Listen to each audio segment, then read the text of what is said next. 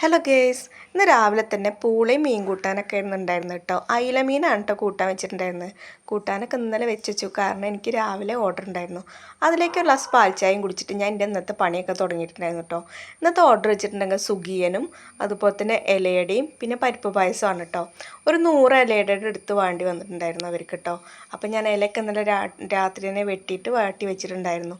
പിന്നെ പരിപ്പൊക്കെ വേവിച്ച് വെച്ചിട്ട് വരട്ടി വെച്ചിട്ടുണ്ടായിരുന്നു കേട്ടോ. അപ്പോൾ രാവിലെ ആകുമ്പോൾ നമ്മുടെ പണികളൊക്കെ എളുപ്പമുണ്ട്. പിന്നെ പരിപ്പൊക്കെ പായസമാക്കി റെഡിയാക്കി വെച്ചിട്ടുണ്ടായിരുന്നു കേട്ടോ.